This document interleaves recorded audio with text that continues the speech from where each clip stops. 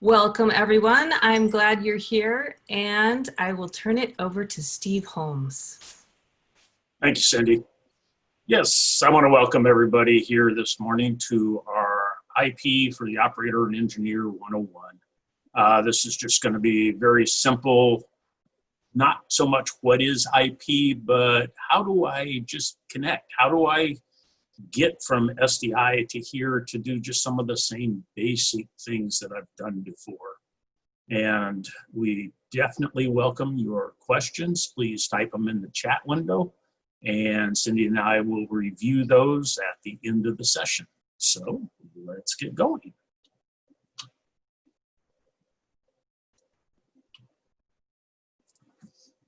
So today's webinar, we're going to look at the Leader LV5600 and the PHABRIX QX unit, and how to connect to an IP stream, how to set up to view video, audio, how to look at SDI and IP in both products, but then in the 56 or 7600 has the ability to actually view both of them at the same time, side by side, up to 4 independent inputs. So we'll take a look at that.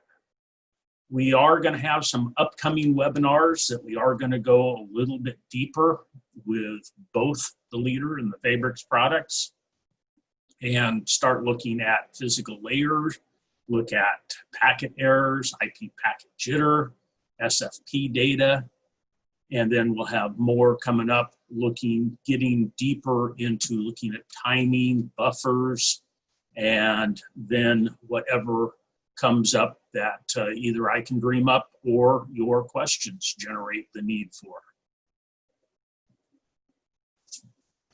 The one thing we have to remember is IP is just another I/O interface. It is just another way to get video and audio from one point to another, or get it from a switch to a receiving device.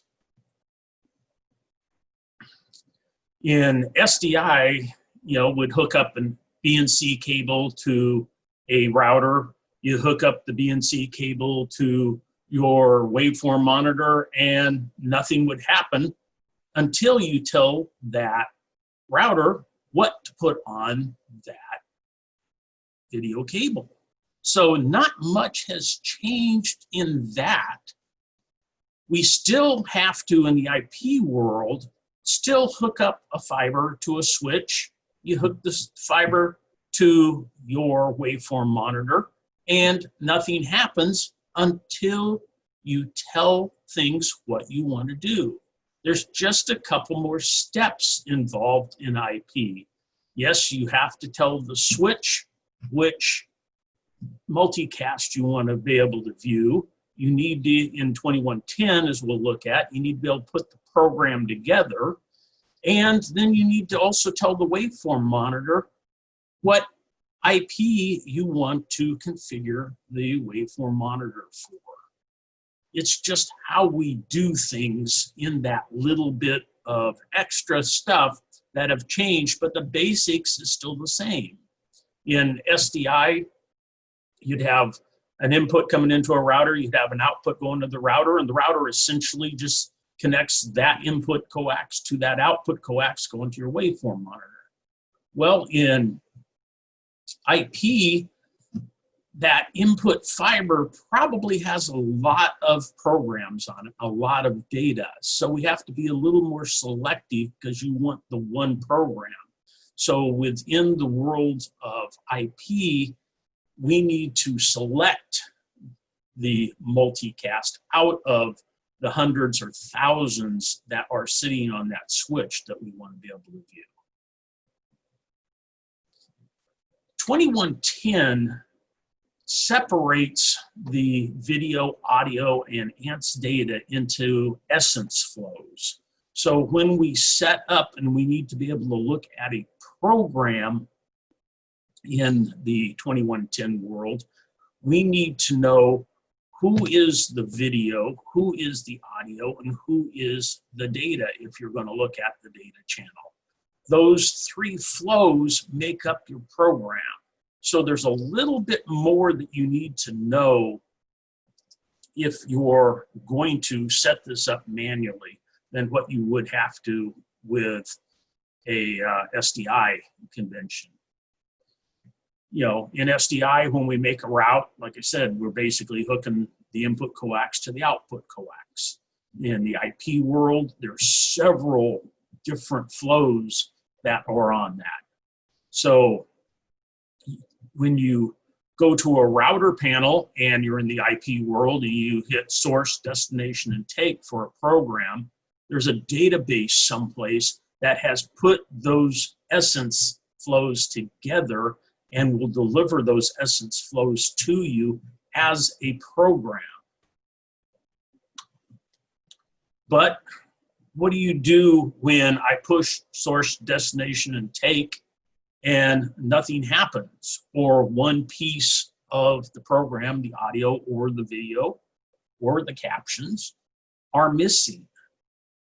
So the remote panel needs to talk to the switch somehow, and it's either going to be using a custom I/O, or in today's world, we're leaning more and more to using NMOS to control the system. And we need to be able to put those IP flows together. So there's a little bit more about the configuration you need to know. You know, is it coming in as starting as IP? Did it start as SDI? Is it ending as SDI? In a lot of cases in today's world, there's still a fair amount of SDI involved in all of this. The thing to remember, though, is in this world, troubleshooting itself has not changed. It's still a divide and conquer. The I/O has changed, but how you go about tackling this is still pretty much the same. You're still going to end up going into the middle and see if, hey, is it coming in? Is it not coming in? That way you eliminate half of the network and half of where you need to look. But you need to know where these pieces are and how to get to them. So you can connect typically one of two ways to an IP flow. So you can use a IGMP join command, or you can use NMOS. IGMP is set up to manage switches because they've got thousands and thousands of flows on them. And if 3 people want the same video, you don't want to have to turn around and duplicate that flow 3 times. The same flow can sit in the switch, and each of the 3 users can actually join that same flow and use that same data. But you have to be able to tell the switch, that's the one that I want. So there's a few more pieces with that join command. NMOS, which is the Network Media Open Specification from AMWA, sets up a database where transmitters and receivers register themselves. Transmitters will register themselves, say what flows they have, what's on those flows. Receivers will say what they can receive, and then you can use that to manage the network. And typically your router panel that is, in a lot of cases, still doing some SDI and some IP can still manage that pretty much the same way we've done in the past. There are a few things you still need to know about the multicast. So the biggest thing is you need to know what is the destination address. It may seem a little different. You don't need to know the source in virtually all cases today. Maybe in the future, we'll have to have the source data when we get into SSM and a few other things. But right now, you need to know what the destination address. Also, 2110 uses RTP flow types. So For video, audio, and metadata, there are different RTP types. So typically, video is set up as type 96, audio is set up as type 97, and data is type 100. But it is an open standard from that point. Anything from 96 to 127 can actually be assigned to those individual entities. It's just that most of the folks dealing with this stuff now have pretty well stuck to 96, 97, and 100, but it does not have to be. So that's where things might get a little bit dicey. You also need to know the port number that has been assigned to the flow. Just like if you put in an IP address into a browser, it automatically connects on port 80. And a lot of us have seen where someone has set up something for remote connect and it may be on port 8080. 8080 is quite often a secondary IP web server address. So you need to know some of the data if you're going to manually deal with this in troubleshooting.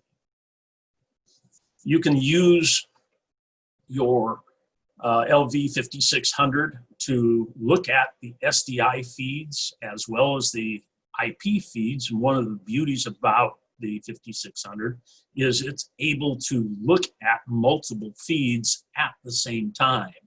You can switch between them, or you can actually have up to 4 independent streams, any combination of IP or SDI, on at the same time, which really, really helps in dealing with troubleshooting and looking at things. It also has the ability to do, which we will cover in another session, things like AV delay. You could actually start off coming out of an SDI server and look at the final product in IP and still verify that we haven't gotten into any situation where we get into lip flap. We can also use the PHABRIX QX to look at the SDI feeds or the IP feeds. So it has the ability to look at both of these feeds, and we can bring either SDI or IP into the PHABRIX QX. And we'll be taking a look at that from the IP side of the house in just a little bit. PHABRIX also has a gorgeous little handheld, which is the SX tag.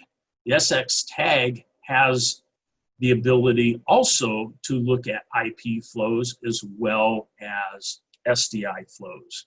So it does have a SFP converter module, which is a de-encapsulator and an encapsulator. It can generate IP flows and it can decode IP flows. And it's gorgeous in its form factor for being able to take it behind the racks and look at things very quickly and be able to get from place to place. And if you have to move from one place to another to start troubleshooting or looking at things, it can get you there very quickly, and is a gorgeous thing to have and take with you to be able to look at things remotely. Likewise, you can use the Leader or PHABRIX products to look at an all IP network. You could look at the source, that the playout server that is playing out the material. You could look at the switches all the way through, all the way up to what is being delivered to the world. So both products can walk through and look at both pieces. So if you're going to use this, you're either going to have to manually set it up with a IGMP join command, or you're going to have to use NMOS or another third-party I/O. But NMOS is pretty much the one to be able to set the waveform monitor up to look at the flow that you want to look at, where you want to look at it. One of the unique things is that if you are looking at a source, and you plug into the source just to make sure the source is outputting the data that you think it should be outputting, you will see automatically, as soon as you plug in, every flow that that source is producing. The IGMP managed piece does not happen until you enter the switch. So once a flow comes into the switch, it gets managed by the switch, and that's where IGMP is going to take over and have a managed piece to that. But you will see all the flows that are sitting in there, and you'll need to be able to pick out and still set up the waveform monitor, though, to see which ones you're going to see. You most likely will not see PTP, but there's a possibility that PTP will be coming out of the source, but most likely not. There is the case that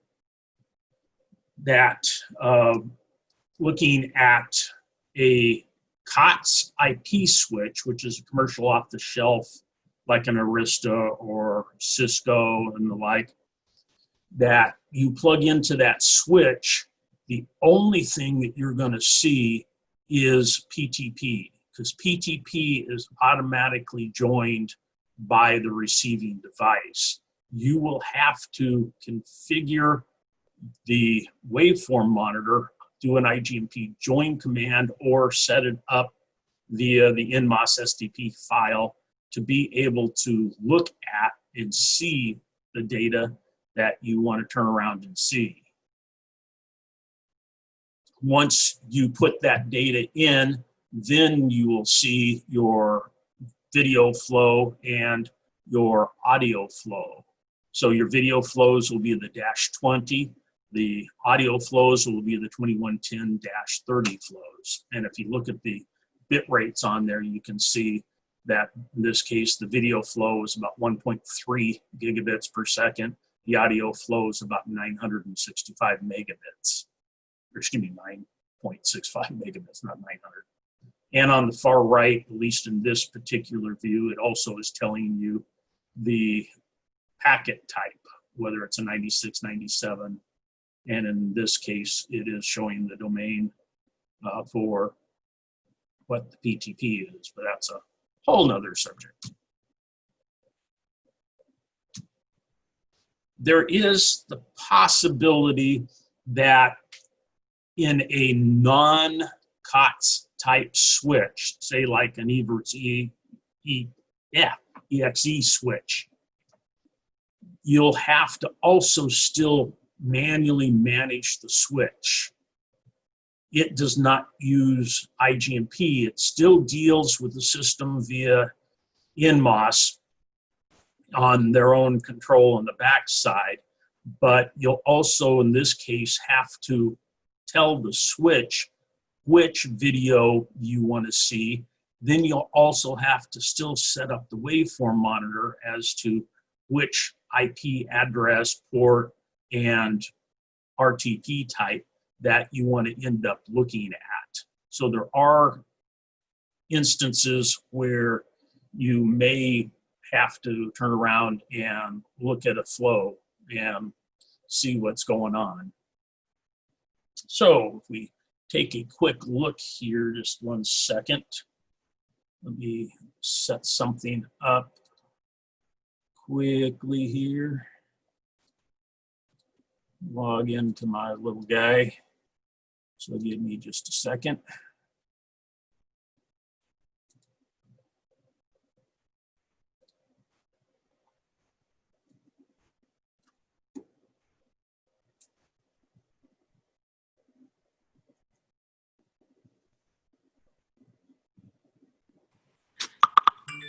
If you have questions for Steve, now would be a great time for you to pop them into chat, and we will definitely address those at the end. Yes, please. I'm just setting my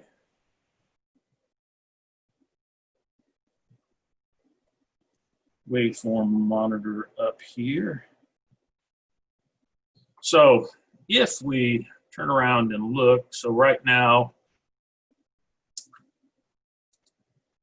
I am looking at the LV5600 and I am looking at my input, and you can see I can see several different flows that are on that.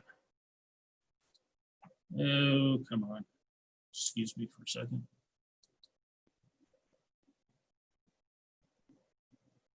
There we go. And when you plug into a switch that is outputting data, you can see there are many different videos that are coming out of this particular server that I have running right now. There's multiple audios, and I can, turn around and scroll down, and you can see that there's a lot of stuff coming out of this particular source. And I would have to turn around and select which one of these. So you need to know the destination, the 239 address of the particular data you want to see, to put it together to see what you want. And we'll take a peek at that.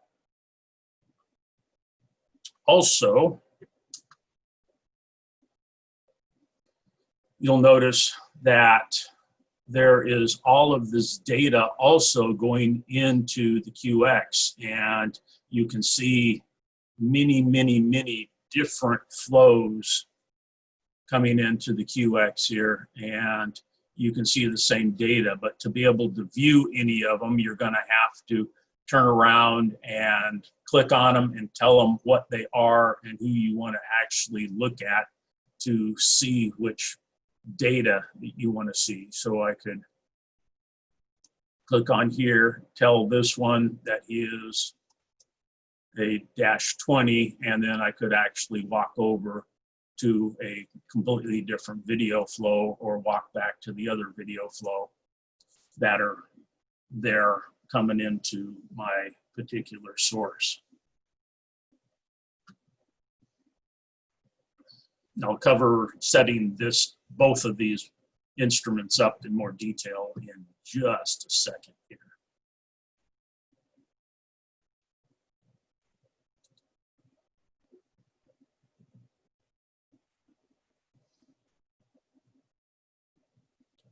So the first thing we're going to take a look at here is, let me switch something here.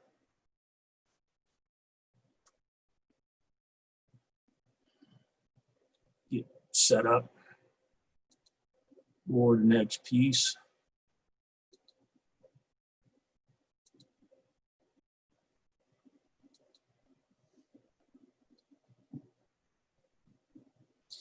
Is how do you set the boxes up? How do I look at the different pieces? So as I've said before, the LV5600 can look at 4 inputs at once. So you need to be able to assign how you want to look at things and what it is that you want to turn around and look at.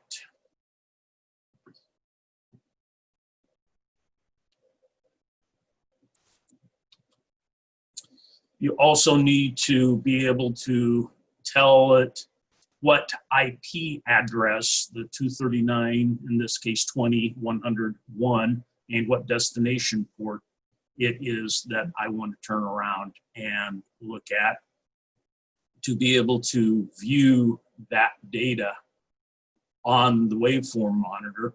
And then you can use the conventional controls and look at waveform, vector, picture, audio, and all the other pieces when we turn around and look at that.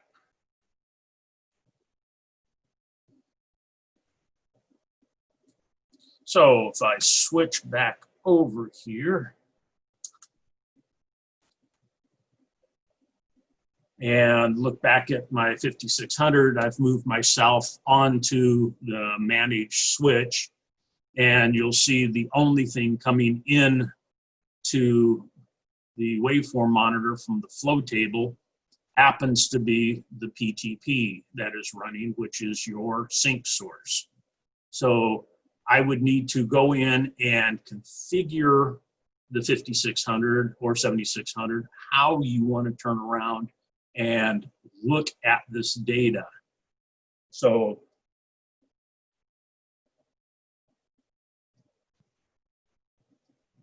the first thing in this case is, since I have the ability to look at 4 inputs, I can make any one of these inputs either IP or SDI.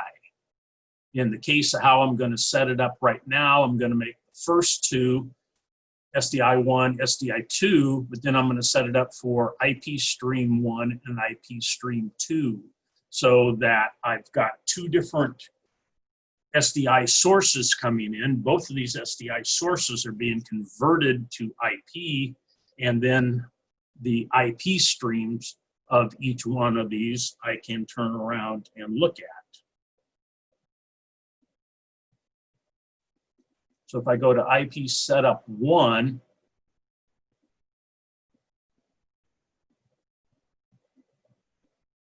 I can go to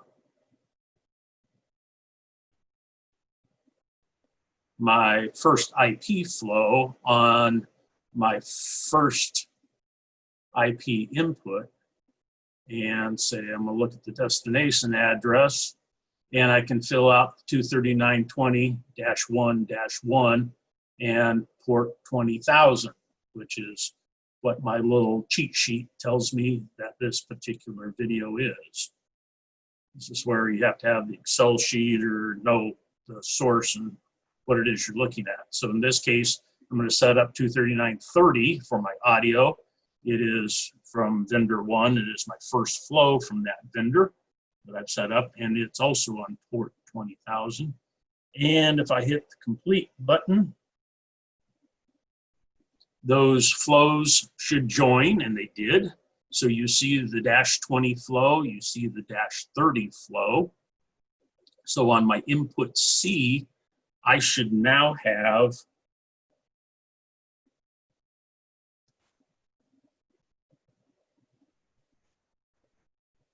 my IP that should be the same as my SDI-A. So if you look at the top of the screen here, you'll see on the left-hand side, it's looking at SDI-A, which was the SDI input.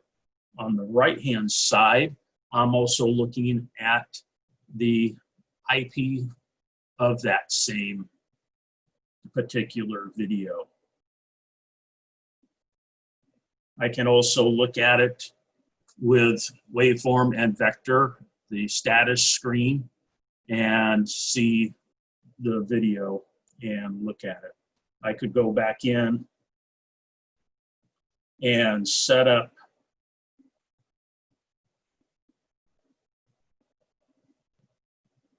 my flow 2 and set up its destination address. In this case, it's 239.20, and I use the 3rd octet to separate my vendors. So I always use the 2nd octet to tell me if it's audio or video, just to make it easy for my home lab here. And this is my 2nd vendor, so he's number 100, but it's the first audio or video flow out of that vendor. And then I can come down and turn his audio on. It's a -30 flow. It's my 2nd vendor and his first audio flow, and hit complete. That would be how you would turn around and on a 5600 set up your video and audio. On the PHABRIX, quite often you're going to walk into a stream and you actually may see a lot of data on the screen because it can do many different functions of which we don't have time to cover all of them right now. But you can, right on the menu bar, right click on it. You can say close all of the windows and you'll go back to the PHABRIX logo. You can turn around and click on the PHABRIX banner down on the bottom and go up to switch mode to, and we'll look at that in just a second here. So the PHABRIX QX. So since the QX can look at either IP or SDI, as you saw there, it can have a lot of different data on the screen. So one of the easiest things you can do with it is just close all windows, get a clean, fresh start, right click on the menu bar, say close all the windows, and then put it in 2110 mode if it's not already in that particular mode. Then you can go in and set up configure the multicast flows and go ahead and join the multicast flow that you want to join. Tell it, is it a -20 flow, a -30 flow, a -40 flow, an auxiliary, and then you can turn around and select the individual analyzers that you want to use. So if I go up here and go to switch mode to 2110 is not listed, so that means that is the mode that I currently am in. So I'm good to go there.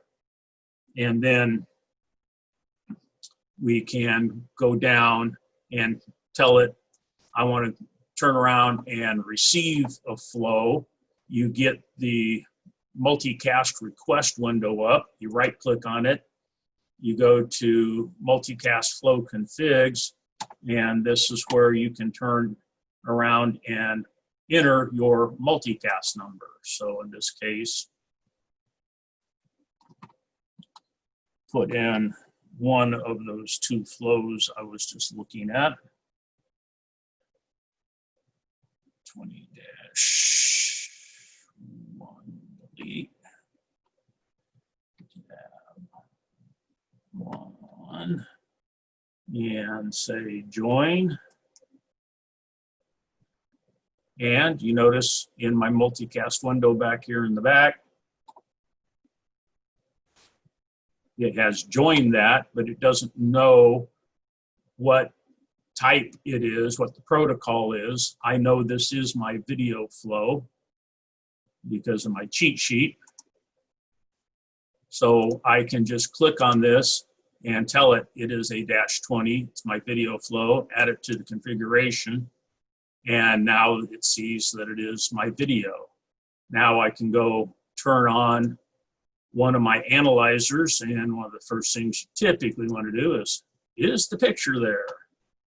And we have picture. And then I can turn on other analyzers and go down and select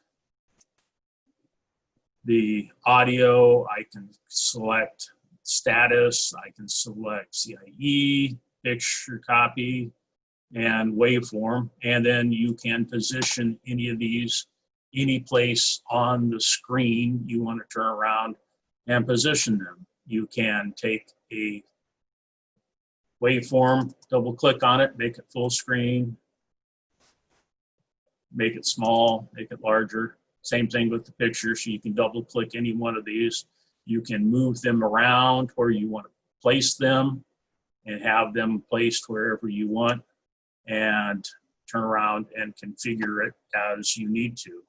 But in the case of configuring your multicast, you right click on the multicast request window, and then you can turn around and either manually input the data, or if you have your keyboard connected, you can turn around and type in the data and do your join, and the information will turn around and come up on the screen itself. So that's a quick 1, 2, 3 of configuring both the Leader LV5600 to turn around and view flows, or configure the PHABRIX QX to turn around and view flows and look at the data that is coming in. So Leader has both products available for you and can turn around and look at either one of the two very nicely, very easily. Then, you, as I said, with the QX, you just pick up the analyzer you want to turn around and place it on the screen, position it, and move it around. The things to remember with all of this is IP, as I've said, is just another I/O interface. You need to know what multicast to expect, what multicast to set up. You need to know the destination address of that multicast address, and that 2110 uses independent flows for the video, for the audio, and for ancillary data, which will be your captions. Also, you know, troubleshooting itself fundamentally has not changed. It's just the connection to that data that has changed and how you're going to turn around and connect to that data independently. I know this was a little bit of a whirlwind tour, but within the time allotted for these sessions, the best thing you can do is get your hands on the products and go connect to flows. The nice thing about it, when you're receiving a flow, you're just receiving the data. You're not going to change anything that's in the switch or bother anything else. So the only way to do things here is just get your hands on it and practice with it. And if you have issues, give us a call and we'll help you out. And now we'll take a look at some of your individual questions. Cindy? Ooh, we do have some questions here. Thanks, everybody. All right, Steve. So one of the questions is about the, it's an NMOS question, and wondering if the Leader PHABRIX devices have a built-in way to discover or see all the available sources on the network, separate from IGMP or NMOS control of an external device. No, they do not. They are set up to be ISO4 and ISO5, which they'll register themselves onto the server, but they do not view what is in the registration server. Gotcha. And another question is on the LV5600, can the vector scope monitor deal with different color spaces? Yes, we can deal with 601, 709, P3, XYZ, and then also deal with any of the other color spaces when you get into HDR. Okay. And then a question about the LV5600 versus the PHABRIX QX. Which applications work best for which piece of equipment? Well, that's where it gets into user preference. The tendency is a little bit that the 5600 is a little bit more geared towards the post community and a little bit on QC, and the QX might be geared just a little bit more towards the engineering side and the lab side, but both products work absolutely perfect doing all of it. So here's a great question about just moving between SDI and IP. Just wondering what equipment is required to convert SDI signals to 2110. And this is asking about the LV5600. So in my case, I've got a couple different, I've got an AJA converter, I've got an embryonics converter. There are many different glue products out there that will convert from virtually everybody who makes SDI equipment, that will convert SDI to IP. So all of that's being external to the 5600, and I'm just using one of the inputs to connect to SDI or connect to the IP flows. But there are many, many, many different devices on the market that will, what they kind of term as, encapsulate the video and audio into an IP flow. We have a question asking about the example slide that you had where it was titled "What Flows You Can See." And so in looking at that example, this question is around media and essence. So the question is, the flow has a multicast destination of 239.20.100.x, while the audio flow is 239.30.100.x. And what they're asking is this typical or built into the standard? And so it is the 239 sets you up as multicast. The next 3 octets are how you configure your system. I just configured my lab very simply for me to where I made the second octet be 20, 30, or 40 just because it tells me if I'm dealing with audio, video, enhanced data. And then the third octet is which vendor's equipment that I'm grabbing that flow from. And the last octet for me is which one of the flows they are. So mine just starts out at 1 and goes up through first video, second video, third video, same thing with audios. But it's up to the engineering department. Doing it that way is fairly restrictive and doesn't allow for a lot of possible flow types or the amount that you may deal with. So that's just my own little thing. The last 3 octets are however you want to set them up. So the 20 and the 30 are, well, that was your choice. That was my choice to make my life simple in my lab. I want to thank you very much for attending.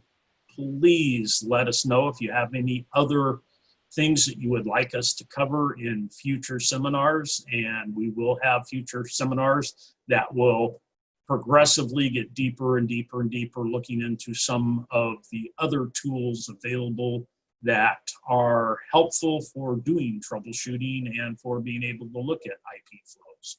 So with that, I wish you all stay safe and have a great day.